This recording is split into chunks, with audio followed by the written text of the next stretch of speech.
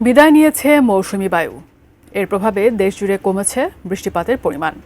তবে এখনই বৃষ্টি পুরোপুরি শেষ হচ্ছে না বলে জানিয়েছে আবহাওয়া অধিদপ্তর। এছাড়া চলতি মাসের ২১ ও ২৪ অক্টোবর আরও দুটি লঘুচাপ সৃষ্টি হওয়ার প্রবল সম্ভাবনা রয়েছে, যার মধ্যে একটি ঘূর্ণিঝড়ে রূপ নিতে পারে। বিস্তারিত জানাচ্ছেন শেখ ফরিদ।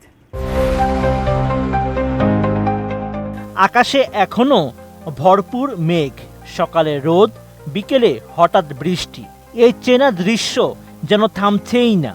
অক্টোবরের শেষ ভাগে এসেও দেশে বৃষ্টির প্রবণতা পুরোপুরি কমেনি, বরং আবারও সাগরে লঘুচাপের আশঙ্কার কথা জানিয়েছে আবহাওয়া অধিদপ্তর। সংস্থাটির সর্বশেষ পূর্বাভাস অনুযায়ী আগামী ২১ অক্টোবর বঙ্গোপসাগরে একটি লঘুচাপের সৃষ্টি হওয়ার সম্ভাবনা রয়েছে। পরবর্তী সময়ে এটি নিম্নচাপে পরিণত হওয়ার শঙ্কা রয়েছে। এর প্রভাব দেশের দক্ষিণাঞ্চলে, বিশেষ করে খুলনা, বরিশাল ও চট্টগ্রাম বিভাগের উপর পড়তে পারে। এসব এলাকায় ২-১ জায়গায় অস্থায়ী দমকা হাওয়া সহ বৃষ্টি বা বজ্রসহ বৃষ্টিপাতের শঙ্কা রয়েছে।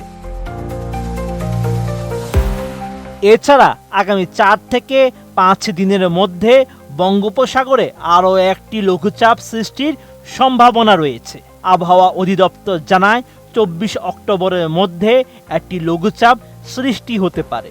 এটি আরও ঘনীভূত হওয়ার সম্ভাবনা রয়েছে।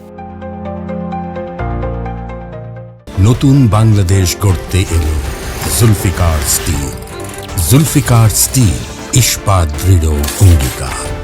চলতি মাসের শুরুতে দীর্ঘমেয়াদী পূর্বাভাসে ৩টি লঘুচাপের কথা বলেছিল আবহাওয়া বিভাগ। এরই মধ্যে একটি লঘুচাপ মাসের একেবারে শুরুতে হয়ে গেছে।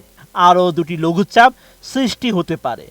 এর মধ্যে একটি নিম্নচাপ, এমনকি ঘূর্ণিঝড়ও হতে পারে। তবে লঘুচাপটি ঘনীভূত হবে তা বলা যায়। আর সাগরের নিম্নচাপ সৃষ্টির লক্ষণ দেখার আগেই ঘূর্ণিঝড় হবে কিনা তা আগে ভাগে বলা সম্ভব নয়।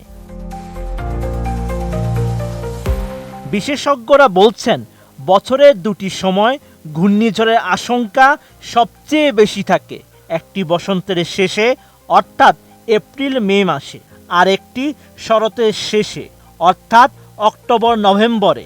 সাগরে উষ্ণতা বেশি থাকায় এ সময় ঝড় তৈরি হওয়ার সম্ভাবনা বেশি থাকে। অতীত অভিজ্ঞতা বলছে, বড় ধরনের ঘূর্ণিঝড় সাধারণত নভেম্বরেই হয়ে থাকে। সেই হিসাবে চলতি অক্টোবর মাসেও কোনো বড় ঘূর্ণিঝড়ের সম্ভাবনা একেবারেই নাকচ করে দেওয়া হচ্ছে না। Sheikh Farid, ATN news.